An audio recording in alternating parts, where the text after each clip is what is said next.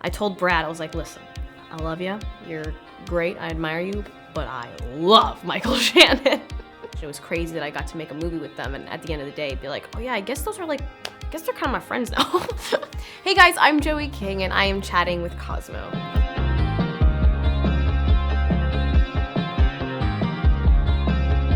Well, I didn't have too many stunts, so that was, I was more of the brains of the movie. I got to the prince doesn't really like to get her hands too dirty. That's part of her appeal. She likes to present a very innocent facade and then manipulate people. So that's her secret weapon.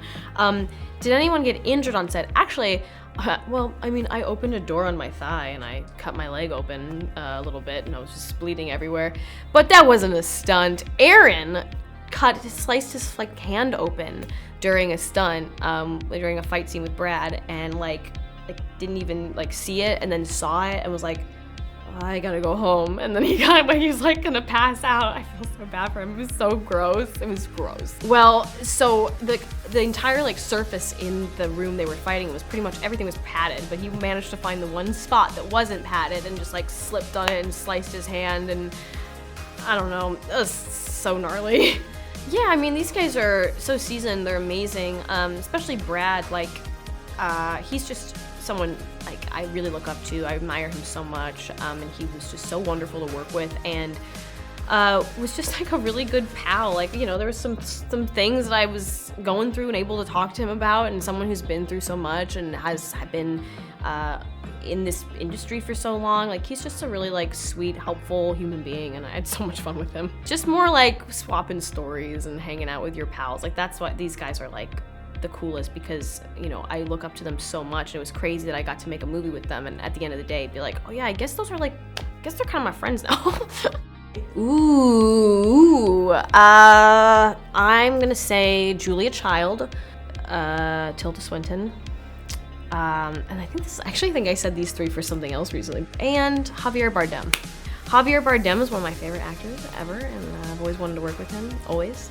And I think he'd probably have some cool stories and advice. Tilda Swinton is just, again, someone I admire so much in the acting world. I was trying to pick three people that were different in fields, but I picked two actors. I just love her.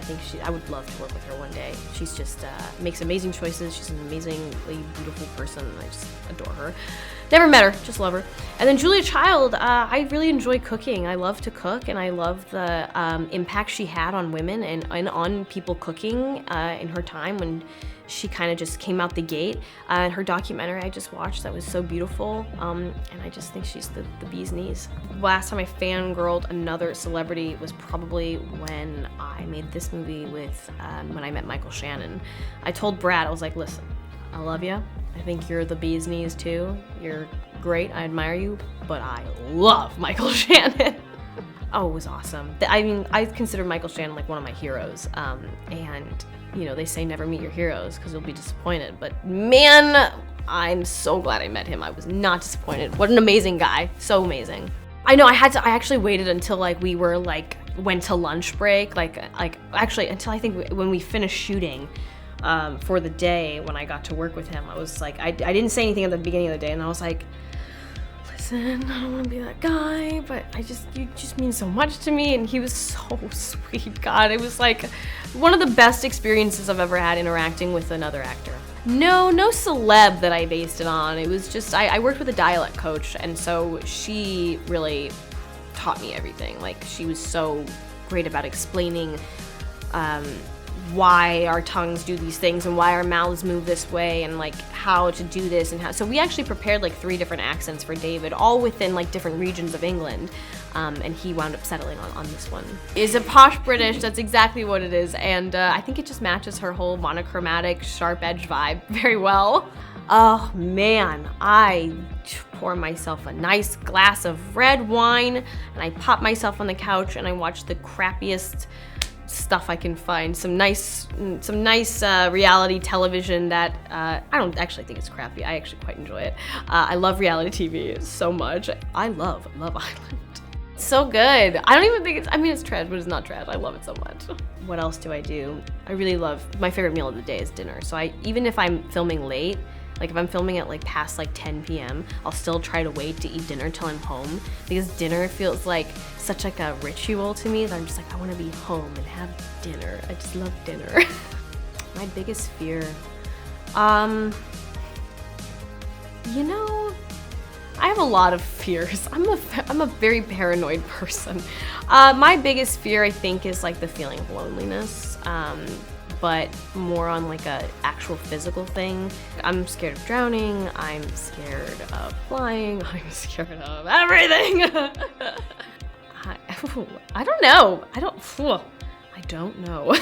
That's my final answer. I think different roles have really surprised me, because I would have never dreamt up doing a show like The Act, or doing a movie like Bullet Train, or even doing a movie like Princess. And in each of their own way, like those were really huge opportunities and dream roles for me. I got to play a real life person who went through a very traumatic thing and make a show about it. I got to train for an action movie and play the princess and push myself to limits I never thought possible. I got to make this movie, in which for obvious reasons is like a dream. So honestly, this sounds boring of an answer, but every role I step into has its own things that really make it a dream, because I could have never predicted any of them, or really thought of any of these characters in my head as they are. Thank you so much for watching. Make sure to catch Bullet Train in cinemas.